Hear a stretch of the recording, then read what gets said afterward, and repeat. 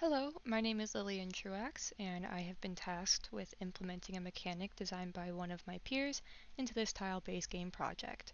The mechanic I've introduced is the reverse input tile, and it was originally designed by Dowrix.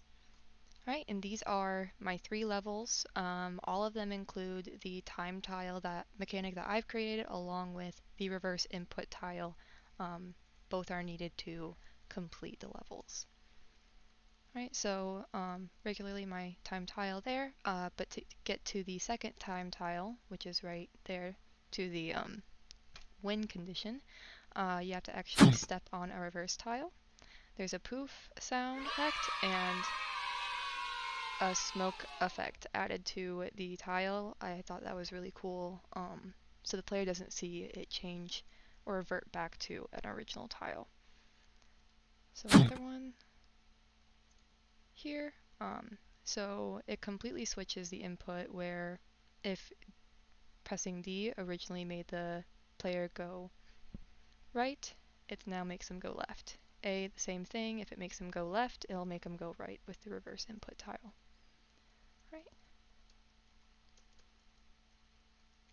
And it was really fun being able to implement both of these because the reverse input tile itself is pretty confusing. But then if you add a timed effect to it, that if you don't complete, you have to restart the level, it just provides a bit more of that anxiety, I guess. But for this one, I wanted the player to get used to the original controls for the first half of the level. Then for the final one, the controls are all mixed up.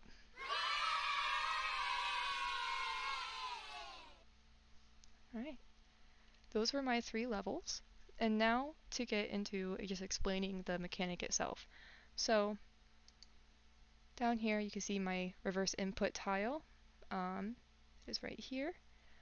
This is the PNG image that Dowrix put on the Trello card for the material. He was really great with explaining on how to change a picture that you added into a material for the tile.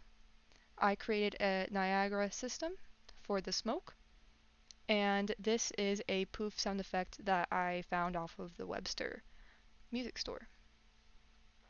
Alright, so those are all the components that I used to make this tile in the editor, and here in the event graph for the reverse input tile, both event on exit and on entered and their parents are connected.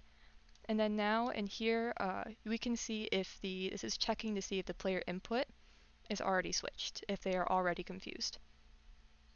So here you can see it's getting the player pawn and saying like, hey, is confused true, right?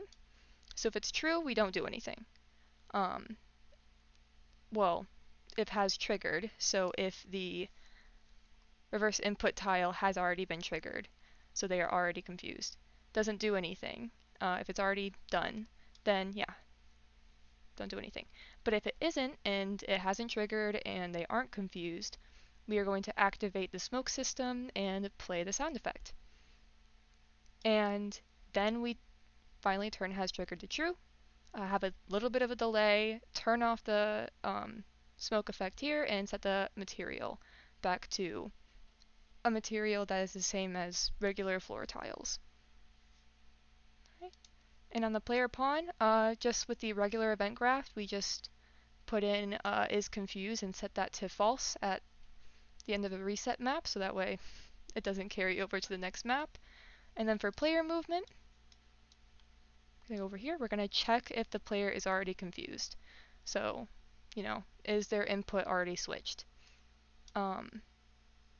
Or is that the input wouldn't be switched already, but if they have triggered that tile. If that's no, then continue as normal. If that is true, this is where we switch the player input. So get the opposite direction and set that. And then it continues on as normal. So yeah, that is how both in the event graph, blueprints of the player pawn and reverse input tile, and the components here in the editor that made up the reverse input. So thank you so much for watching. Have a great day.